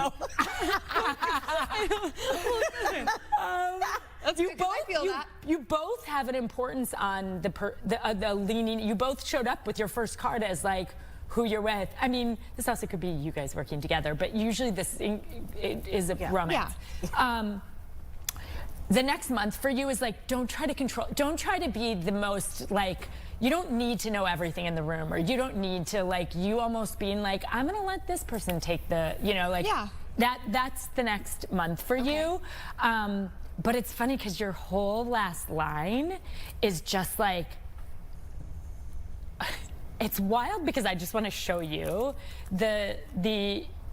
I get almost 2 conflicting cards, like the 2 of, in a good way, where there's like a, let yourself be in the unknown and let yourself be the visionary. Almost like by being in the unknown, the vision is going to come up. The vision is going to get clearer and very clear. But by being in the unknown, like by being in not knowing, you're allowing a really big vision to come in. And my gut is to tell you this is like in the fall. Also, do you have children? No. Do you have children? Yes. Yes. The last card, threes, but you're 3 around children. Ooh. Okay. You could tell me. Because you're pregnant? No. I don't think so. Oh, but it is funny like this. It's funny because I kind of feel a little boy first anyway. That's funny. I've had another mentalist tell me that before. Okay, well, we're picking up on someone. And your 3, because the 3s in the tarot are around, like, your 3 is around really, like, thinking about it. Like, making sure that you're putting, even, like, noticing, like, oh, I'm ovulating. Or, like, doing the things that I get the mental 3. So it's important that you are thinking about, thoughts become real and all the things. And there's something for you where you're actually even thinking and you're like, oh, I'm going to do this. Or like, oh, I heard if you eat that, like, if you have. That's totally me. Do the things to start putting it out. I mean, I got pregnant with my daughter in my 8th year, which is your next year. It is a time where it's like, what you're saying and what you want is coming in, and that's your last card. And the only other thing I would say is your superpower is like, you know how to stand up to a bully or to feeling bullied, or where some people might not know how to handle sort of conflict in a way that feels like they're being pushed. You handle it and you thrive. Oh, okay, good. I kind of feel that. Yeah. I'm not afraid of confrontation. Yeah, I can do it. Oh, and your song, I forgot to look, but my thing flashed on. I channel through music, and the song playing is Simple Girl. Simple Girl. Oh, that's cute. I like that. That's fitting. Cute. We're just keeping it simple. Thank you. Wow. Yeah. Where can people find out if they're like, I want to be part of this tarot card reading? Where do they go? they can go to, well, my deck, which is the deck I'm using, and it's super and it's beautiful. fun and easy. I made it in the way I can't really say it yet, but I'm going to be on a TV show showing how you can use this deck in a way that is fun, and you don't have to be doing it for 10 years like me. You can just use the deck to learn for yourself and have fun with, and it's called exploreofthesoul.com, or you can go to my website, angiebannicky.com. Well, Angie, you're such a light. Thank you so much. Every time we have you, so thank you for coming in. Are you local to Chicago? My parents are here. Okay, and so you all made of a our special family. trip. Yeah. Okay, well, happy holidays to you. It was so much fun. Thank you so much. Thank you for having me. We got to have you halfway. Like when we get to halfway of 2026. Yeah, that's so true. We got to have you We'll back. replay some of this because I'm remembering some of the things that she had said are coming to fruition. Angie, you're the best. It is. We appreciate it. Great. Okay, next up, you're gonna have to see the beginning parts of this, okay? We're doing a rapping challenge, Tia and I. I have an item for her. Pray for me. She has an item for me. We're gonna do a little challenge. We're gonna have the judge come in. They're gonna tell us the results, what the peanut gallery says. Oh yeah, it's all gonna happen in the next 10 minutes. So stay with us. Okay. Give us a few to get everything settled. We'll be right back.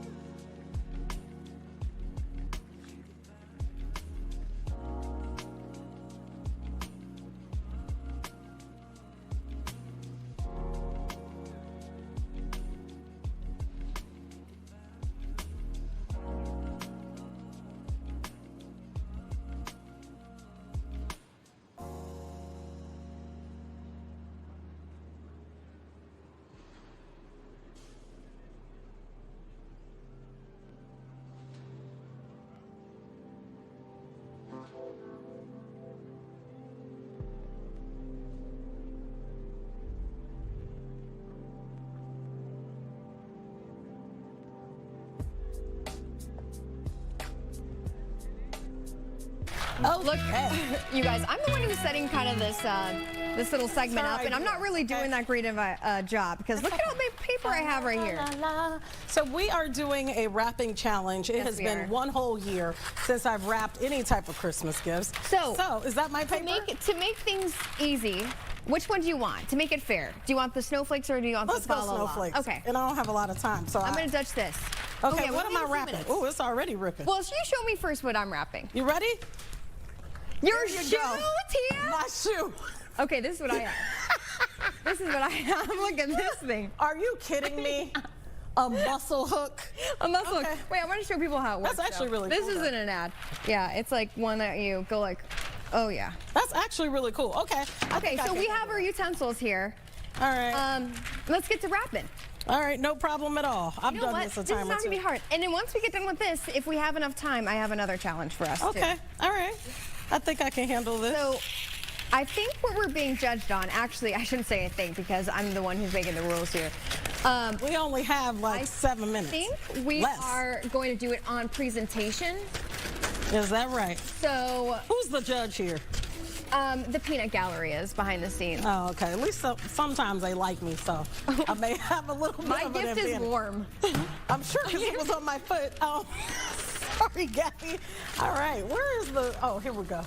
Wait, you have your own tape. Where's your tape at? I don't know.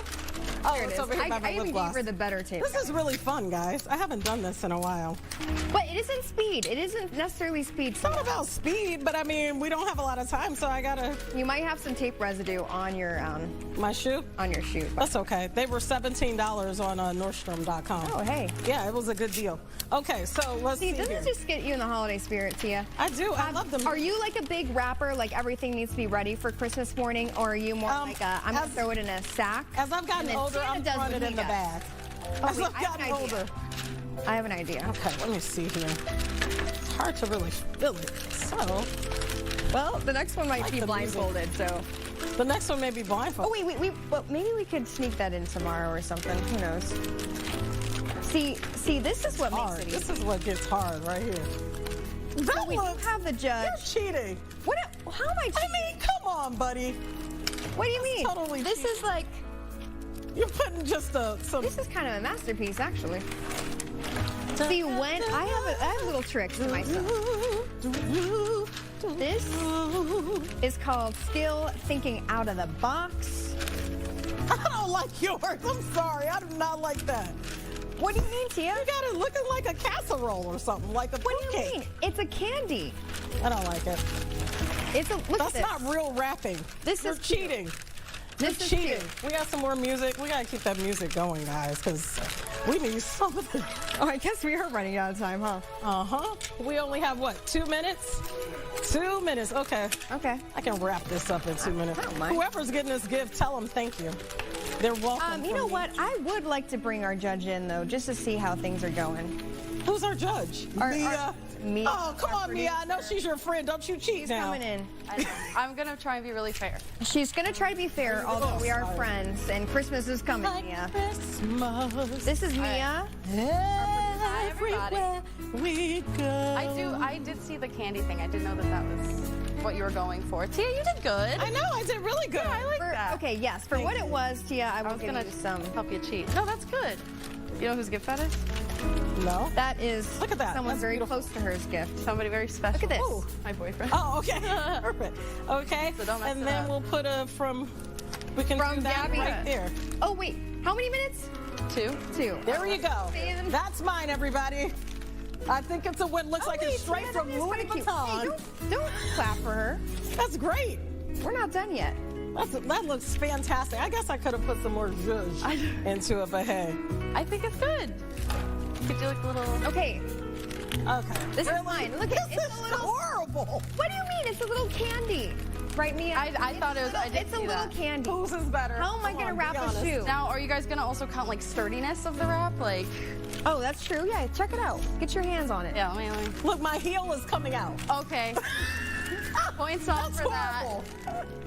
Okay. We got 30 seconds. Who won, Mia? I was so confident. Just because of this, I'm sorry. I gotta give it to Tia. And you know I love you. Thank you. Let me get my shoe out of there. You know Thank what? y'all You're so lucky much we didn't go for to the joining. blindfolded present there. Thanks, See, Gabby. that's cheating. That was cute. Look it. Mine was literally a whole back like square thing. That I was was like, fun. oh, she can make it a candy cane anyway. Yeah, look at it. It That's turned out this to be year's cute. edition of Who wrapped it better? Who Wrapped It Better, and apparently Tia did. Just because the heel is out. That's it.